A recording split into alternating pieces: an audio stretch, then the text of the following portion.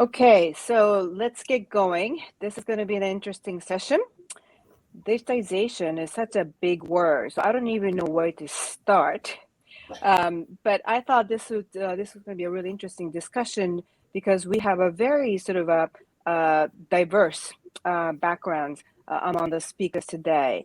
So we have someone who has seen Japan as well as many other countries, Mr. Mohanty, who can give us a perspective in terms of where Japan stands when it comes to digitization. Again, it's such a big word, but really, in a sense, where does it stand relative to the rest of the world? It's a very interesting question. We also have two leaders in the Japanese business community. When it comes to digitization, we've got the best two people here, Mr. Tanizaki and Mr. Narasaki. Both of them are leading digital strategies at their respective financial institutions. So again, such a big word, digitization, but let's see what we can come up with. Okay, Mr. Mohanty, floor is yours. Please go ahead. Good morning, and it's always a pleasure to be in a panel which involves Japan, primarily because of my almost 13 years of association with Japan in my professional career. I came to Japan when I was very young and just out of college. And in my formative years, it was Japan which built a lot of my success, which I consider happened today. I attribute to my time in Japan. Well, I may be a little biased when I speak of Japan because I have a favorable skew to Japan when it comes to technology. But I will balance it out by saying the reality because I see now a bigger picture. I think Japan's journey in the space of digital transformation and in the space of fintech has been surprisingly not to the full potential. Japan, by design, by the potential Japan has got, it can grow very, very much bigger. It can digitize faster. I guess primarily because it is a highly efficient status quo systems in many ways. So things are working perfectly fine. Why do we need to change? So there is this challenge out there. But when it comes to technology competence, I always rate Japan very high than other countries.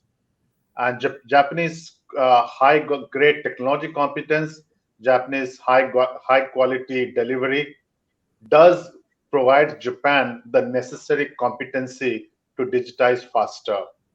But I'm going to not dwell on past. I'm going to dwell on future, and I'm again going to pitch to Japanese ecosystem that if there is ever a best time for Japan to shine in the space of fintech, it is now. Why? Because the world is shifting to something called Web 3.0. And that is the big part of the Singapore FinTech Festival. And if one country is naturally, almost naturally, instinctively ready to do Web 3.0, it's Japan. Because Japanese technologies were always regarded high quality when it comes to embedded technology. When we talk about IoT devices, Japanese technology very strong on devices, how to automate endpoint devices, IoTs. Japanese mobile networking is always a higher standard. So if you look at Web 3.0, whether it is a distributed ledger technology, or you talk about cloud computing, or you talk about AI and machine learning, or you talk about IoT devices, these are natural Japanese strength. So what Japan can do now is take all this on deep capability and start taking a leadership role in the global fintech and digital transformation phase. Because Murakami-san, I want to really contrast here. What we saw last 10 years was a growth in Web 2.0 technology, standard digital transformation, Web 2.0, websites, mobile phone banking, all the stuff. But Web 3.0 is quite different. It's almost like you're starting from a different level. So Japan can leapfrog to this Web 3.0 tech stack and provide the necessary leadership required, especially in this space. And I like to close my argument saying that there are 4 areas the world is heading to. One, embedded finance, which is finance getting embedded in different endpoints, different digital sectors. Second, extended finance. Finance is going beyond the traditional financial services. They're getting into different subsector bundling of finance is happening. Third, decentralized finance. Japan has taken a lot of leadership position on this thing. Fourth, green finance. We need a lot of technology on IoT side, on the 5G side, on the AI side to deliver green finance. So these are the four areas where Japan can take a leadership position because Japan has the capability. So that's my short response to your question around where does Japan stand, where does Japan can take forward the narrative. Well, thank you. That's actually a very encouraging tone. I love to have a very positive view on the Japanese digitization scene. So let's go to Mr. Tanizaki, who is spearheading the digitization initiatives at Sumitomo. So, Mr. Tanizaki, would you please describe to us what your strategies, when it comes to digitization is? I know it's such a big question, but perhaps you can actually share some of the main projects that you have been working on, just to help us understand what your bank strategy is focusing on in this area. That would be really awesome to hear. Mr. Tanizaki, floor is yours. Okay. Hello, everyone, and thank you, Murakami-san. Thank you for your introduction. I am Tanizaki, Group CDIO, Chief Digital Information Officer of Sumitomo Financial Group. And I am really delighted to be invited today to speak with all of you. And just I will explain the structure of the SMFGs. Under the structure of Sumitomo Mitsui Financial Groups, actually we are running banks, SMBC and security companies, SMBC Nikko Securities, and credit card companies, consumer finance companies, and etc. And just in the midterm management plan, which was announced last year, we set a vision of becoming a global solutions provider that develops with customers and society through the highest level of trust. The three directions for realizing the vision are information industrialization, and the second is platform, and the third, solution provider. Just in order to realize this vision and take a progressive step towards creating the future of finance, we have set three basic policies for the new medium-term management plan. Namely, one is transformation, and the second is growth, and the third is quality. And in line with this SMBC Group, this strategy is being pursued in four directions. The first is to expand our presence in the digital domain by combining the transformation of the financial business with the expansion into non-financial business. As Mohanty said, extended transformation. And the second is to upgrade our business model by linking user interface, user experience, and data acquisition with solutions and monetizations. Enhancing user interface, user experience, and acquiring data are not always our goals. The third is to integrate retail and wholesale businesses and deepen the target area to cover B2B2C through platformization. We start digitalization in the area of B2C, banks to customers, banks to consumers, and we moved on to the B2B business, banks to enterprise customers. And now actually we are going to expand these activities to B2B2C areas. And the fourth direction is to expand the target region by expanding activities. We start just from the Japan, and we are going to in Asia, especially in Southeast Asia region, and finally we are going to globally.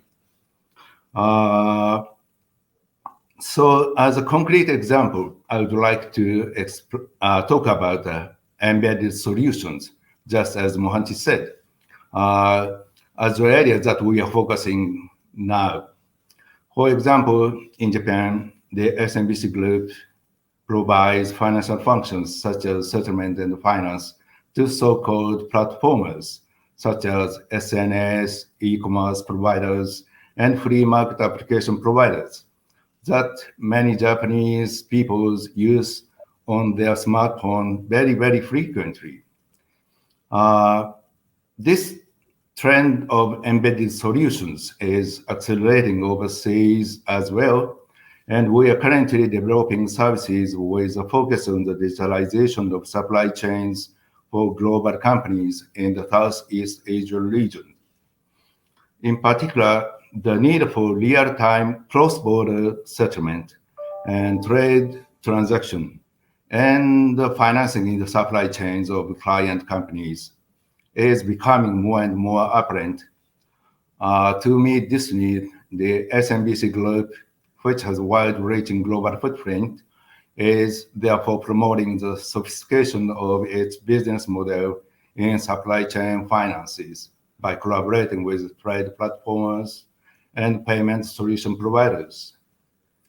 And collaboration with non-financial platformers is a groundbreaking and unusual approach for our traditional financial institutions, but it is also the result of our innovation efforts to provide better service to our customers.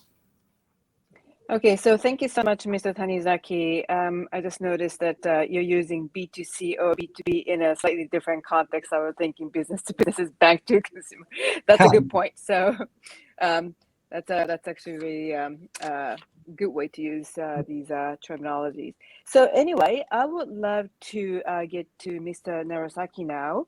The big question that I have for Mr. Narasaki today is how are you using data?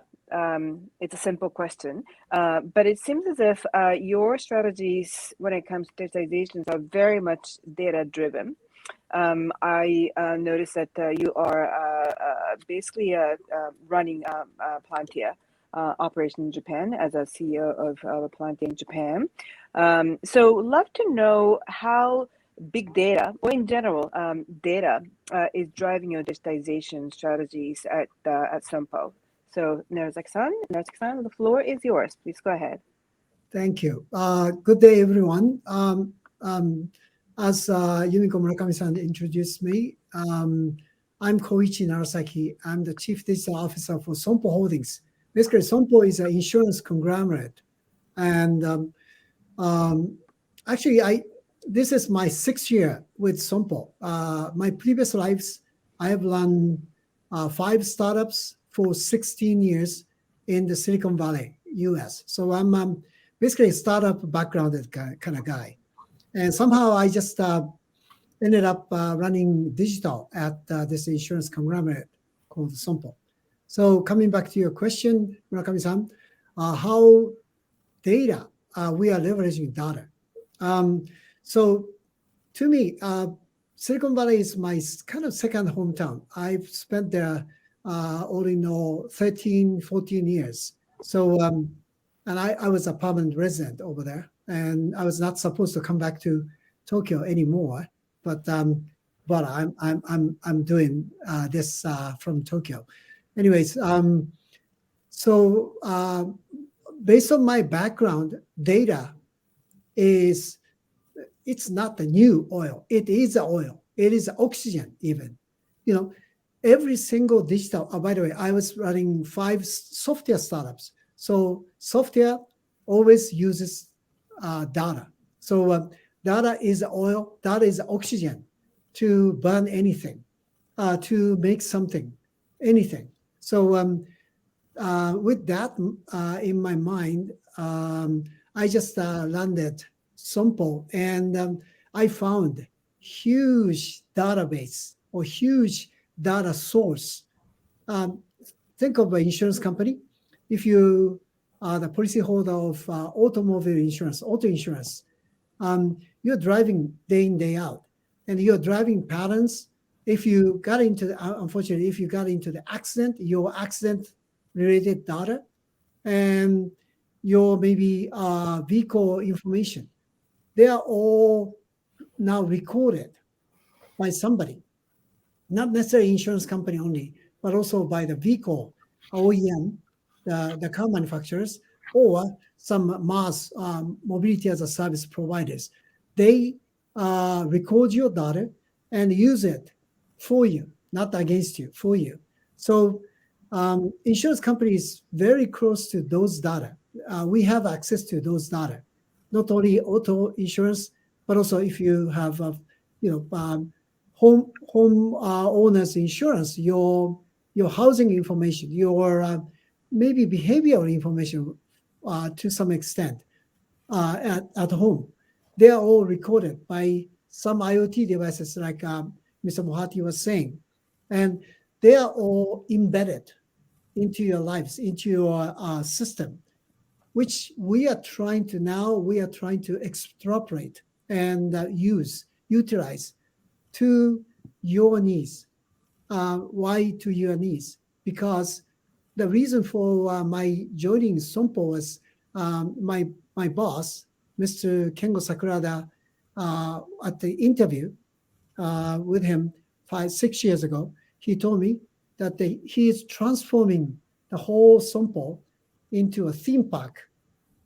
Theme park for what? Theme park for well-being, security, and health. And he was actually committing to me at the interview before I just joined the company. We are leaving insurance company. We're graduating out of an insurance company and becoming this theme park for preventive, proactive well-being for yours. Yours means as policyholders and the society in general. To enable that, we need two things. One, digital technologies. Two, data. Because the digital technologies, again, are like oxygen for burning something. You need data to make those digital practices, digital technologies to work. So, and that's why, as also Yumiko-san said, we have ended up having joint venture 50-50 with Palantir Technologies US, and it's called Palantir Technologies Japan, which I run as a CEO. So we are actually not only transforming the whole Sompo group by data, big data, but also we are just having those, carrying those practices, good practices, to outside Sompo. And we have quickly, we are gaining the number of the customers, clientele, although we have just started 18 months ago. Despite COVID, this Palantir Technologies and Palantir Solutions are now going throughout Japan, government and the private industries. This is all data. Data leveraged by AI, machine learning, that will make people happy. That will make your business more successful, way more successful. That's what we believe, and that's what we are implementing right now. Thank you. Thank you. So I'd love to have a very lively discussion among all of us. If I may, actually, I'm going to start with Narasaki-san, just because I just want to follow up on the conversation, the data comments that you made. So obviously data, tomato, the discussion is always an important part of the equation. But is there something special about Japan when it comes to data? Because we're living in this society that's supposedly the most advanced aging society in the world. Aging is a huge issue here. Are there any advantages or any sort of challenges that are unique to Japan when it comes to data because of the society that we're in? Can you elaborate on that question? Yeah. Narasaki-san? Okay, so we all know that GAFA or FANGA, actually Facebook just changed their name to Meta, so I'm calling them like a manga. Meta, Amazon, Netflix, Apple, and Google and Apple. So anyway, manga people. Manga people are actually eating our lunches everywhere, in a good way, good and bad ways. What's unique about them versus us, Japanese? They do own all that data over our data over the net. Amazon knows exactly what kind of video, or Netflix knows what the kind of video I like, and they just push me 007 movies and spy action movies and all that. And Apple knows exactly what kind of app I'm using every day, day in, day out. But what they don't have is so-called real world data, which Japanese have huge ownership. Why? Because Japan is probably the largest country, maybe competing with China in that way. The largest IoT devices maker and deployment country. So we do have our life behaviors every day, and every single move of ours, every single move of anything, IoT devices, sensors I'm talking about, they are recording, they are taking. Of course, they are safely stored somewhere, but now it's time for us to leverage those data. That's good, maybe our merits of a Japanese government or Japanese economy or Japanese society. The drawback with regards to Japanese kind of society is people are very much conservative, and people don't like to think disruptively, most of people. So while we have a lot of things that we are sleeping over, we are just sitting on as a gold mine, people, especially maybe big company mentality, possibly, or government mentality, okay, we're just happy doing the routine just like yesterday, just like last year. But the world is not waiting for us. They're just changing, especially those manga people. They're just up ahead of us. And they are advancing and accelerating, while our state of mind is a little, I wouldn't call it old, but conservative. Because Japanese don't like getting disgraced, don't like to feel like a haji. We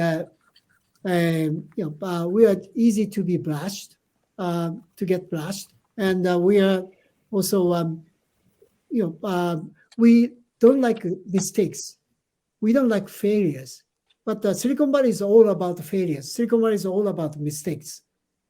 Google or manga, all the manga people, they survived after a ton of mistakes, zillions of mistakes.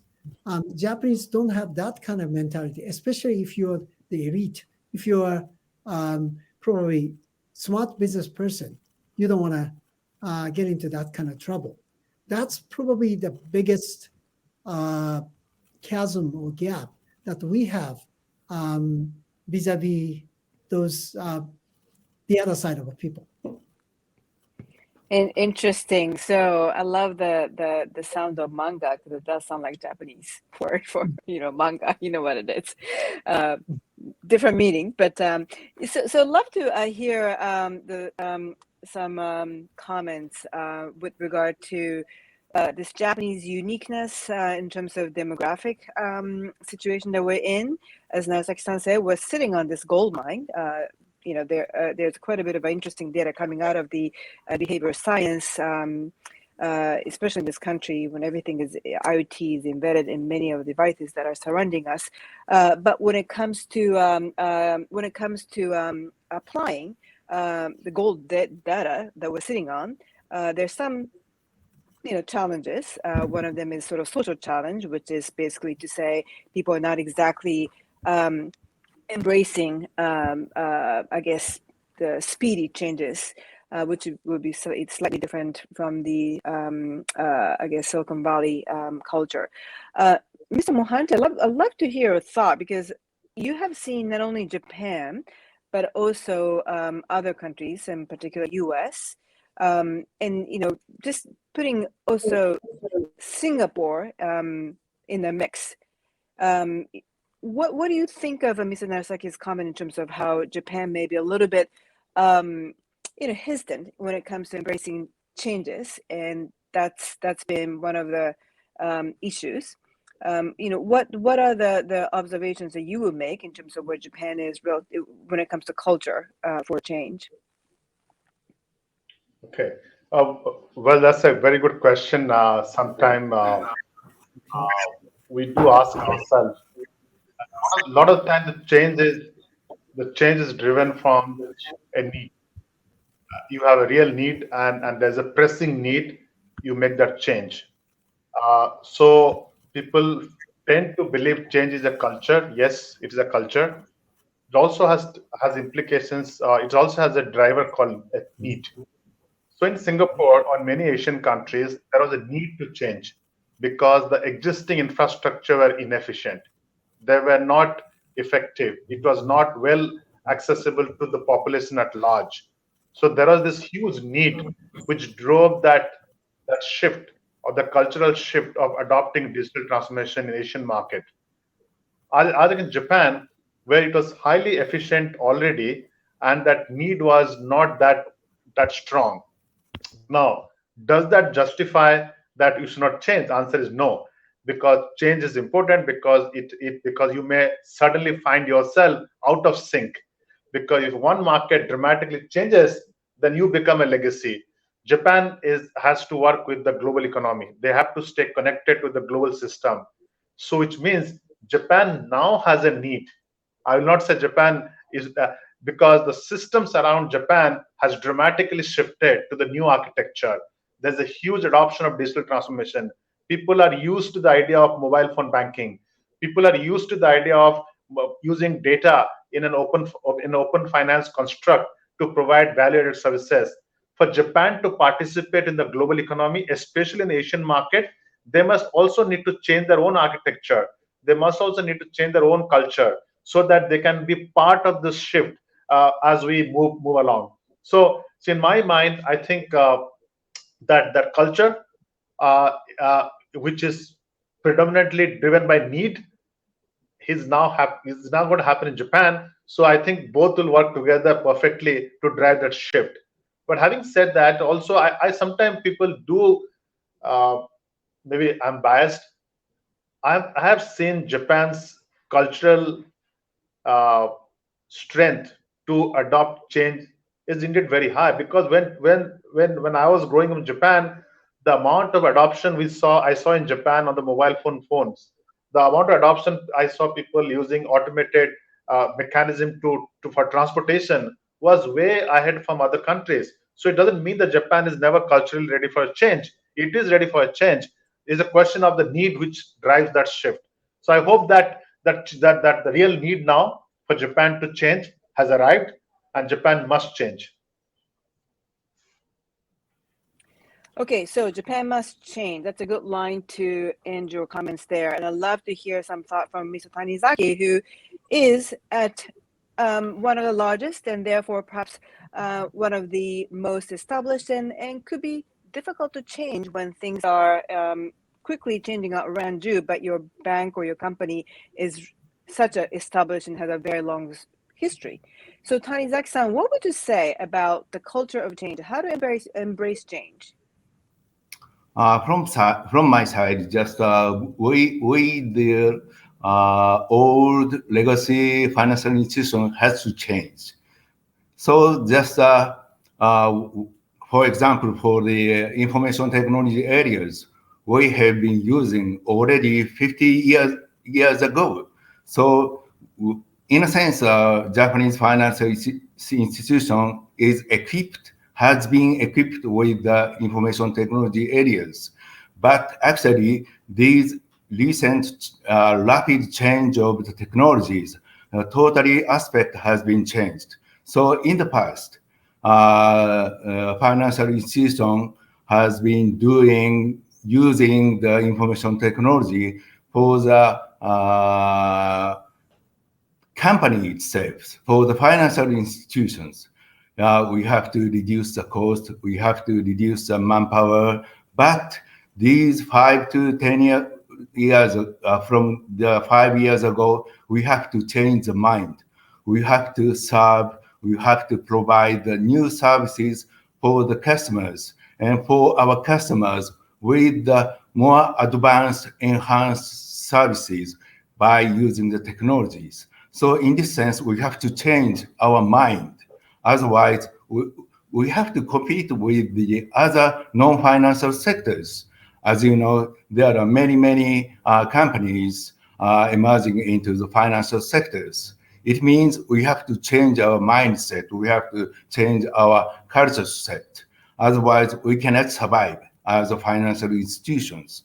We, SMBC, has to change.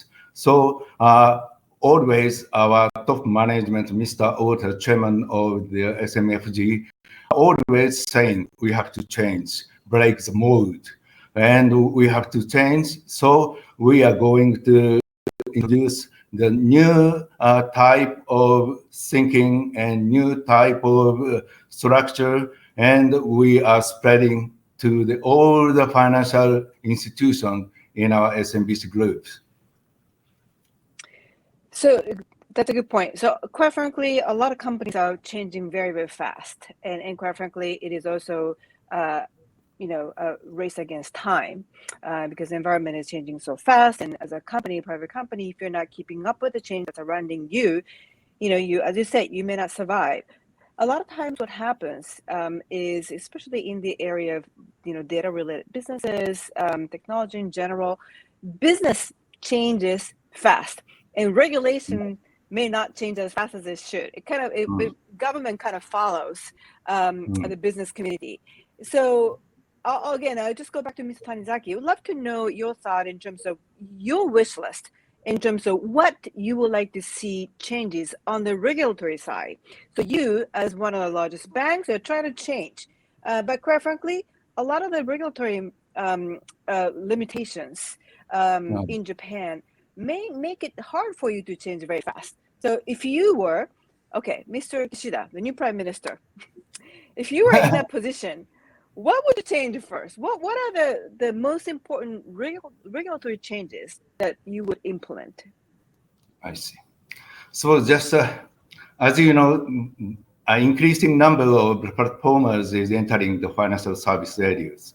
The areas overlap and intense competition between financial and non-financial players are expanding.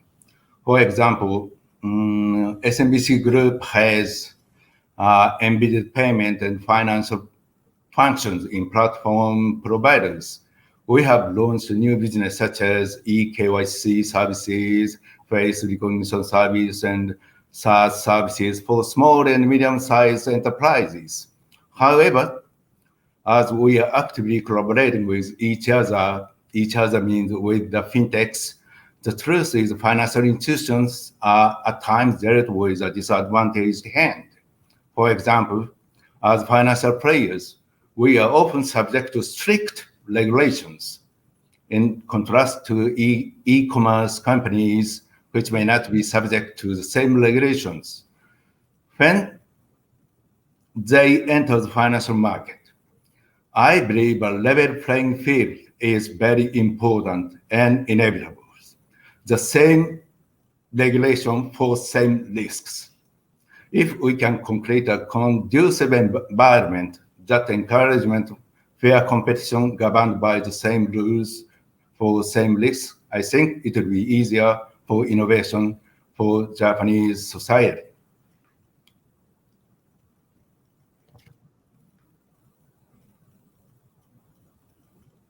That's a good point. And it's a good timing for us to be talking about this because we have a new government in Japan. So we'll see what Mr. Kishida, Prime Minister Kishida, will come up with, and we just had elections yesterday as well. So, Mr. Narasaki, you have seen a lot of companies in Silicon Valley. Compared to Japan, what are the regulatory challenges that you would address for Japan so that they can be as competitive as some of the companies you have seen in Silicon Valley? This is a question about regulations, and I'm hoping this type of conversation will drive the policy discussions in Japan. And Mr. Mohanty, I will come to you later because I would love to hear your thought in terms of your perspective from a Singaporean, regulatory body in terms of what you're seeing in Singapore and compared to Japan. But I'd love to hear your thought first, Mr. Narasaki, because you have seen basically, the probably most liberal competitive environment in Silicon Valley you have experienced. And when you came back to Japan, you were thinking, oh my God, all these limitations. So if you can just share your thought on that front. Okay, thank you. Very good question. So, in my hindsight, this is kind of ironical, but I think Japanese regulatory problem is sometimes it's too much unregulated, too easy. So what I mean by that is, like I said, let's say Japanese IPO standard or Japanese IPO prerequisites. Mothers, we have a Tokyo Stock Exchange Mothers, which is an emerging market. It's comparatively much easier to get to go public through Mothers. If you're just making some small profits and your business model is still fragile and you are not scaling at all, but you're now voila, you're the public company. So I think it's to me, I'm telling my ex startup friends back there, okay, this is too easy an exit. This is also kind of regulatory issue that you have a very poor private equity finance, especially tech risk-taking financial market over here. So there's no such PE. I mean, open to no private market, equity market, but you have a very easy kind of IPO market over here. So if you're smart, you just start your whatever the startup, and you can just go public, and you can make money, and that's the end of your story. Okay, you got rich. So what's the problem with you anymore? I mean, no problem. Okay, I'm staying in this with my money, and I don't do anything more. That's the typical mentality of a Japanese successful startup founders. This is a big problem. Back there, it is just starting point. I mean, IPO is just one of the options, many options.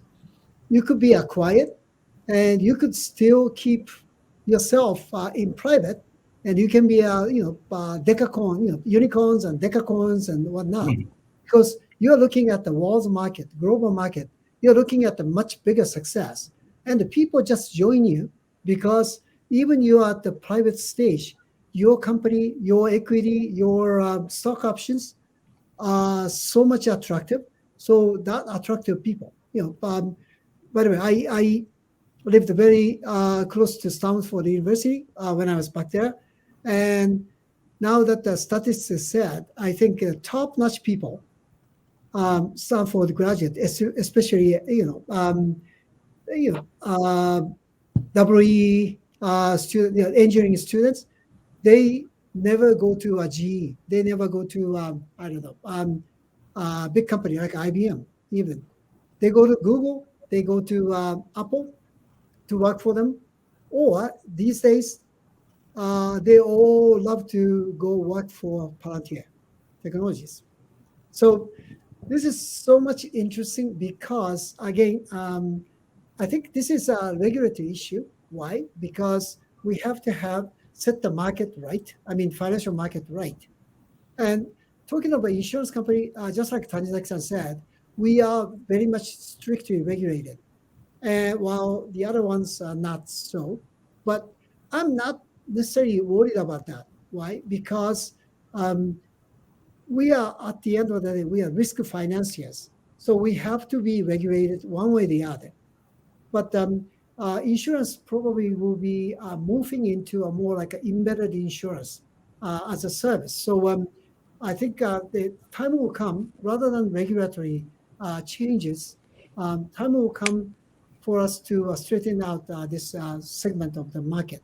What I'm worried about is this, as I said, too easy IPO market and non-global market initiatives for the startups. Sorry.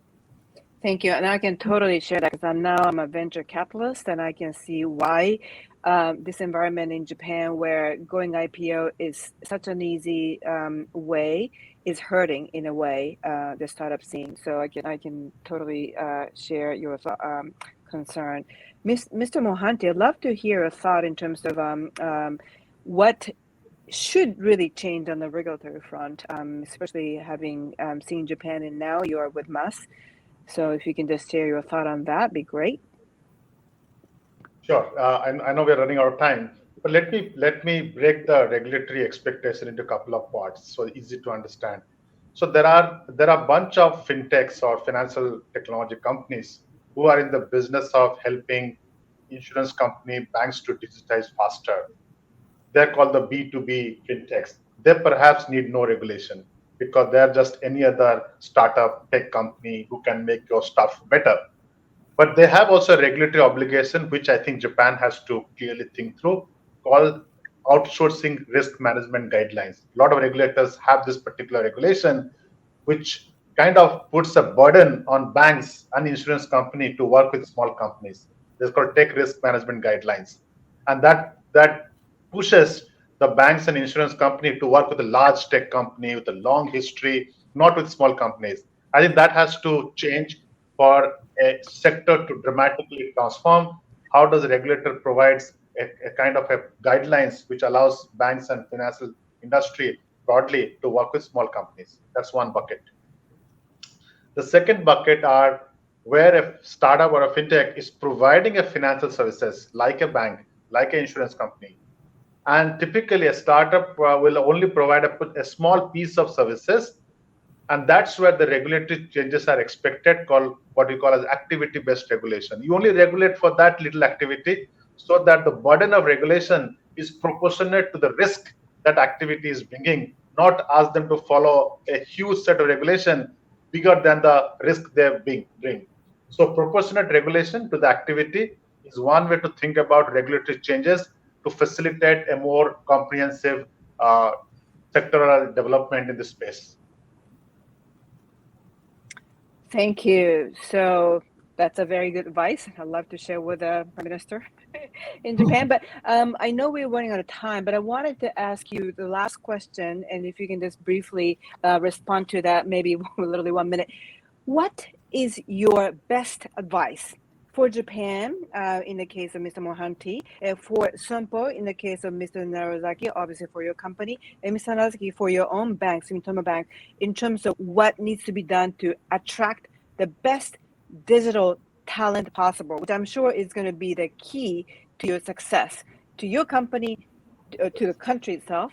So let's just hear from Mr. Mohanty, if you can start. I would only pitch one thing. Japan should attract global talent more. I think Japan is not attracting global talent to come and work not only with the industry, also with the government. That is very key because you only can succeed if you have talent outside working with the government, within the government, so that if Japanese company wants to be global, they want to work with all markets. You need to bring that talent to your system. One pitch, bring global talent, allow them to work in your government, allow them to work in your industry with a much more better cohesion.